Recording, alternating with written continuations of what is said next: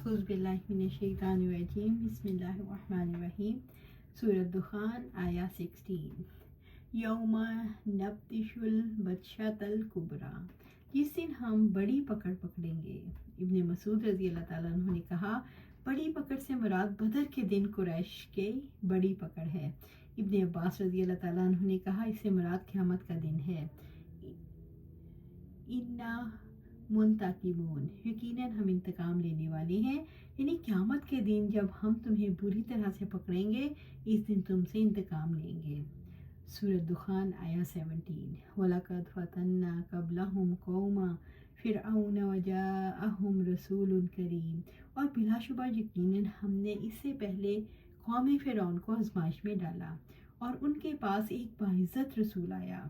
कुरैश मक्का ने जब अपने कुफर पर इसरार किया, उन्हें बताया गया कि रसूलों को झुटलाने में आपकी मिसाल कौम फ़िरऔन की सी है, जिन्होंने मूसा अलैहिस्सलाम को झुटलाया तो अल्लाह ताला ने उनकी मदद फरमाई और फ़िरऔन को गर्क करके सबके लिए बाइस इबरत बना दिया। इस किस्से को बयान करने का मकसद ये था कि कुरैश झुटलाने से बाज आ जाएं।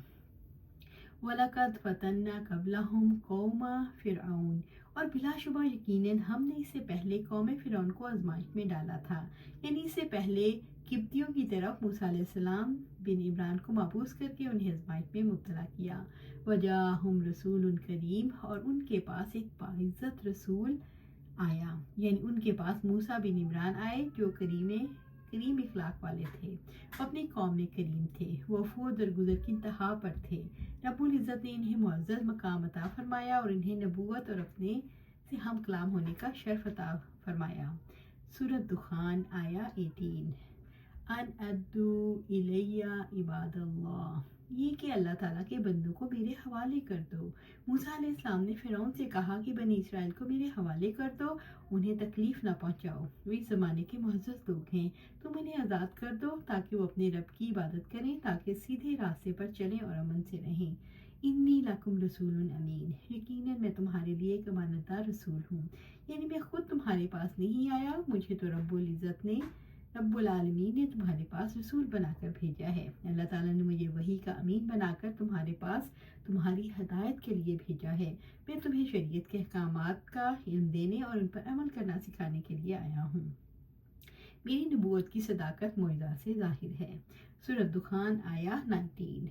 व अल्ला तालू अलल्लाह, और ये कि तुम अल्लाह के मुकाबले में सरकशी ना करो, तुम अल्लाह के सामने सरकशी ना करो, तुम इसका इनकार ना करो और इसकी नाफरमानी करके इसकी मुखालफत ना करो।